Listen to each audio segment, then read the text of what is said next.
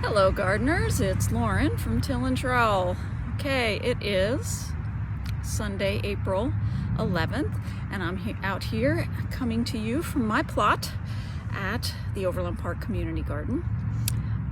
Today, I'm out here doing the second half of my spring planting.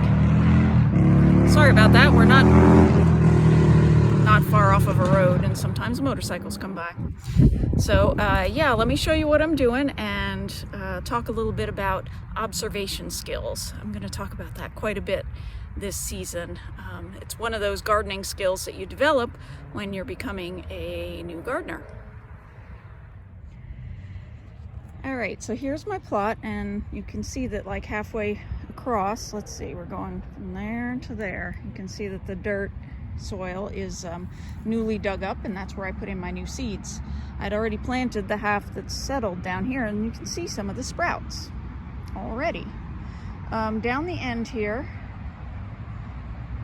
you can see my peas. I'm a bit disappointed in how many did not come up, and I'm not really sure why. I've been up here quite a bit, so I would notice if a critter came in and ate them. At least I think I would. Well, that's possible, but there weren't little stubs of pea plants left. Unless they went down and actually ate the entire pea, I don't know. Nevertheless, I replanted the bald areas. You can see it's a little dug up there. And we'll get most of my peas a little bit later, assuming these all come up. And then we come to my regular rows down here.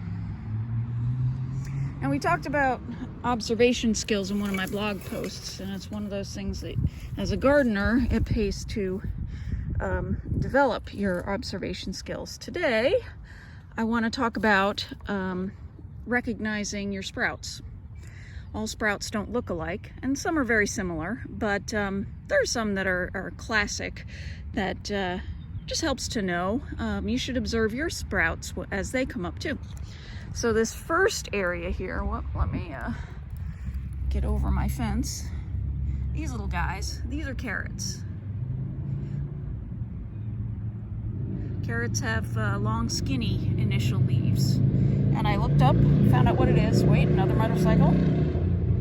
Okay. Cotyledons is what they're called. And gosh, I hope that's right. I'm gonna have to look it up and make sure I'm not leading you astray. Those are the little baby leaves that initially come up that don't exactly look like the mature leaves. What's nice about recognizing your sprouts is that you can recognize when you see something that doesn't look quite right, like this little guy. Whoa, this one's a carrot. That one doesn't look like a carrot, so it's weed. Get it out. It's gonna take nutrients from my my carrots. Next we have beets. Now, beet seeds are actually a little cluster of seeds, so every single one you put in might grow more than one plant. But sometimes only one shows up. When you have, so this is what beet seeds, or beet sprouts look like. These are Detroit dark red, and if you notice, these are the big ones, so easiest to see. They have a little bit of red on their stems. So that's another clue that these are my red beets. Next I have lettuce. Lettuce sprouts actually vary quite a bit. This one is called, it's a bib type lettuce, which makes soft heads, not tight heads like iceberg. Called Butter Crunch. Boy, the motorcycles are out today. Sorry about that. So this is a lettuce sprout, the Butter Crunch, and this guy over here, this little cluster, is also lettuce. It's called Crispino. There's another one, and I think this is also a weed. Even if it was a Crispino, I couldn't let it, I couldn't really let it get that close. Like these two, I must have put 2 seeds in. Gonna thin it out so just one, so they don't compete for nutrients.